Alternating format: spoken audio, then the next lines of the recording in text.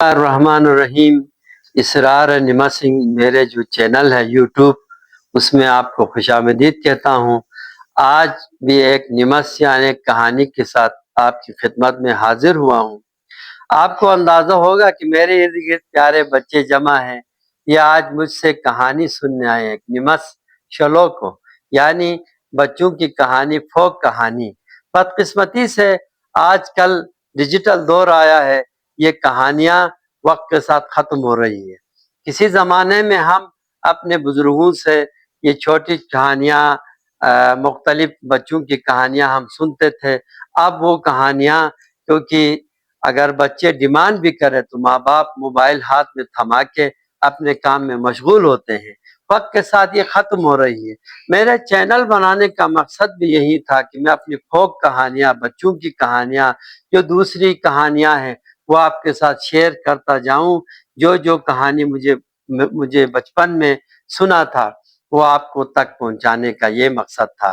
تو یہ ہمارا جو علاقہ ہے، اس میں جو بچوں کی کہانی تھی، اس میں ہمارے جو کہانیوں میں دو کریکٹر بہت ہی امپورٹنٹ، بہت ہی مطلب ضروری سمجھا جاتا تھا۔ ایک ہمارے کہانیوں میں لومڑی کا بہت عمل دخل تھا، دوسرا ہمارے جو جٹ گسیانی ایک بوڑھی خاتون جو بڑی چالاک، تیز تراز ہوتی تھی، مکار ہوتی تھی، اس کی دوسری مکار لومڑی کی بچے بڑے شوق سے سنتے تھے۔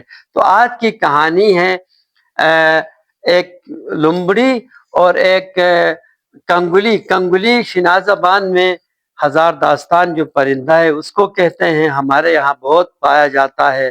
ہمارے بروچ اسکیم میں اس کنگلی کو ہر چم چھن بولا جاتا ہے، جو ہر چم چھن بہت ہی خوبصورت آواز ہوتی ہے اس کی، اور یہ بڑا خطرناک جگہ میں اپنا گھونسلہ بناتا ہے جہاں پر ہر کوئی جانا بہت مشکل ہوتا ہے۔ لیکن یہ چالاک جو لومڑی ہے وہ کس طرح اپنی چالاکی سے اس کے بچوں کو کھاتی ہے، یہ کہانی ہے آج۔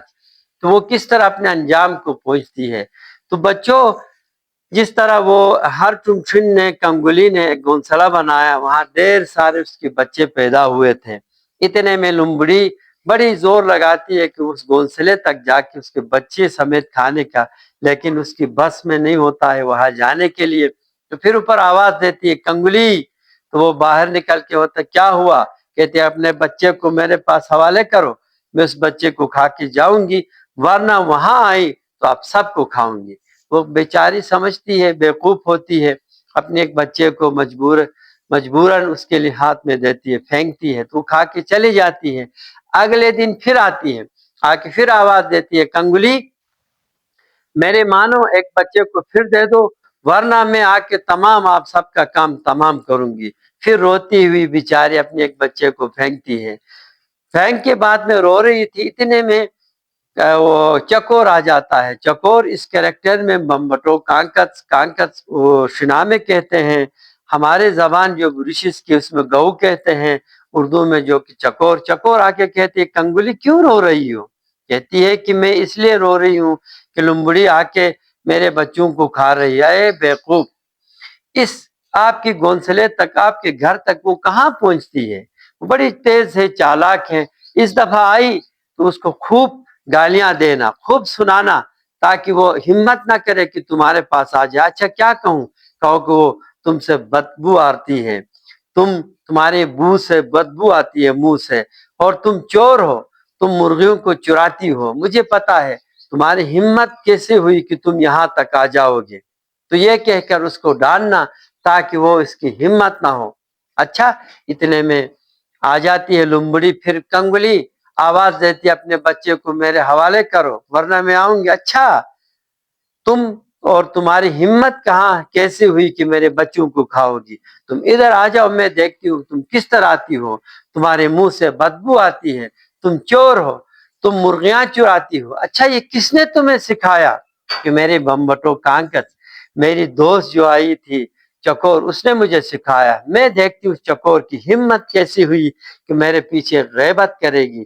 بھاگتے ہوئے جاتی ہے، جا کے چکور کو ڈھونڈنے کا مرحلہ آتا ہے۔ اتنے میں دیکھتی ہے کہ چکور دور ایک پتھر کے اوپر بیٹھ کے آواز دے رہا تھا، چک چڑک چک چڑک۔ تو اتنے میں جا کے پیچھے سے بڑی چالاکی سے چکور کو پکڑتی ہے، پکڑ کے کہتی ہے کہ تم نے کنگلی کو ورغلایا میرے خلاف، اب میں تمہیں کھاؤں گی، دیکھنا۔ چکور کہتی ہے ہاں لمبڑی، مجھے کھا کے کیا فائدہ، میری جان ہی نہیں ہے، میرے جسم میں گوشت ہی نہیں ہے، تم مجھے لے جا کے پالو پوسو، پھر میرے گوشت کھانا تو تمہیں مزہ آئے گا۔ تو اچھا وہ سمجھ کے لے آتی ہے گھر، لا کے اس کو پال کے پوستی ہے، جب تکڑی ہو جاتی ہے تو لمبڑی کہتی ہے ہاں مزہ آئے گا، میں اس کو کھاؤں گی۔ اچھا اس طرح نہیں کھانا، تمہیں مزہ نہیں آئے گی، مجھے روشن دان چھت پہ لے جا کے بٹھاؤ اور نیچے اپنا منہ کھول کے رکھنا، تو میں تمہارے منہ میں اس طرح آؤں گی کہ بالکل مزیدار تمہارے منہ میں تیل ہی تیل ہو جائے گا۔ اچھا کہہ کے وہ سمجھ کے لے جاتی ہے بیوقوف بن کے، چھت کے اوپر روشن دان پہ رکھتی ہے، نیچے اپنے منہ کو کھولتی ہے، تو اتنے میں اوپر سے چکور آواز دیتی ہے دادی لوئی آئے رے تیل بے بوجم تیل تیل تیل، کہا تو وہ بڑی منہ کھول کے اور بھی کھولتی ہے خوش ہو کے، دادی لوئی آئے رے تیل بے بوجم تیل تیل تیل، کہا تو منہ کو ایسے کھولتی ہے جیسے منہ پھٹ جائے، اتنے میں آواز دیتی ہے دادی لوئی آئے رے چڑ تھے بوجم چڑ تھے بوجم کر کے وہ ٹٹی کر کے منہ میں سارا منہ وہ کڑوا ہو جاتا ہے، اتنے میں بھاگ جاتی ہے، اور لمبڑے کو بہت غصہ آتا ہے، وہ عجیب سا منہ بنا کے وہ باہر نکلتا ہے اور کہتی ہے کہ میں تمہیں نہیں چھوڑوں گی، لیکن وہ تگڑی ہوئی تھی، بھاگ جاتی، اس کے ہاتھ میں نہیں آتی ہے۔ تو آج کی یہ کہانی آپ کو شاید مزہ آیا ہوگا، یہ بچوں کی کہانی ہے، انشاءاللہ میں نیکسٹ ایک اور کہانی کے ساتھ آپ کے ساتھ آپ کی خدمت میں حاضر ہو جائیں گا۔ تب تک کے لیے آپ سے گزارش ہے کہ میرے چینل کو سبسکرائب کریں اور نئی نئی بچوں کی کہانیاں اور لوک کہانیاں میرے چینل سے آپ سنتے جائیں۔ تب تک کے لیے اللہ حافظ۔